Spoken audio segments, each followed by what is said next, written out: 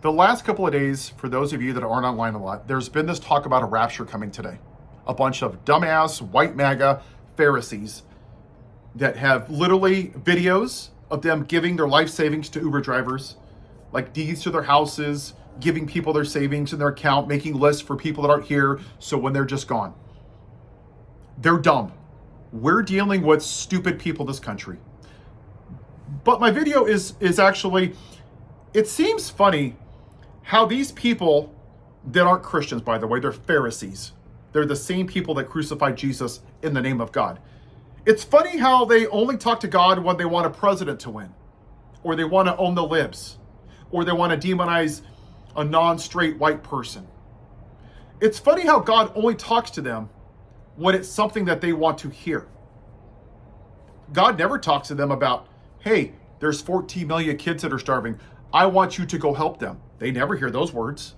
There's 36.8 million people that are living in poverty. I want you to go help them. God never talks to them about that. There's 40 to 47,000 people that die from gun violence right now that are up in heaven. Many of them innocent children. God never tells them to address that. How about January 6th? God didn't tell you not to vote for a person who sat on his fat ass and watched officers get beat? It's funny how you only hear God for selfish reasons. And then last week, when there was a racist podcaster that was a victim of gun violence, what did you see? How many of these uneducated, racist people in our family went to church? They've been going there for 10, 20 years, and they didn't hear the podcaster's name. Oh my God! Oh, this is horrible. I can't believe it. I thought I knew this church.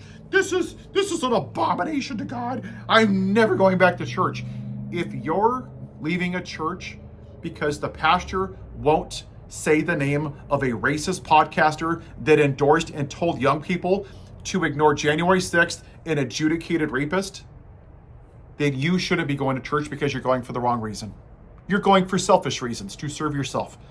So you can hear scriptures where you can weaponize gay people and trans people and brown people and immigrants and justify voting for a morally bankrupt white man. You're religious zealots. That's all you are. You use God to serve your own personal interests. That's not faith. That's religion. It's weaponizing the Bible. So I would suggest for you white supremacist MAGA, and yes, you are.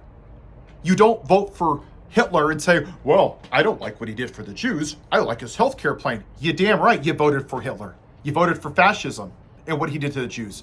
You don't vote for Jeffrey Dahmer. Well, I'm not voting that I'm saying murder is okay, but I really like no tax on tips. You don't vote for an adjudicated rapist, a convicted felon, and say, well, I don't agree with that. The hell you didn't. You voted for racism and misogyny and sexism and disgusting calling women pigs and grabbing women by the pussy. You voted for all of that. You just didn't care because your racism was more important than anything else. By your fruits shall you be judged. So maybe one day you people can actually find Jesus and not the Bible.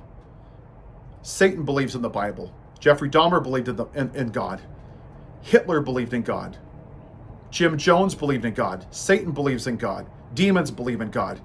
Just because you believe in God doesn't make you a person of faith. Your lack of walk is what makes you not a person of faith. And I'll leave you with this thought.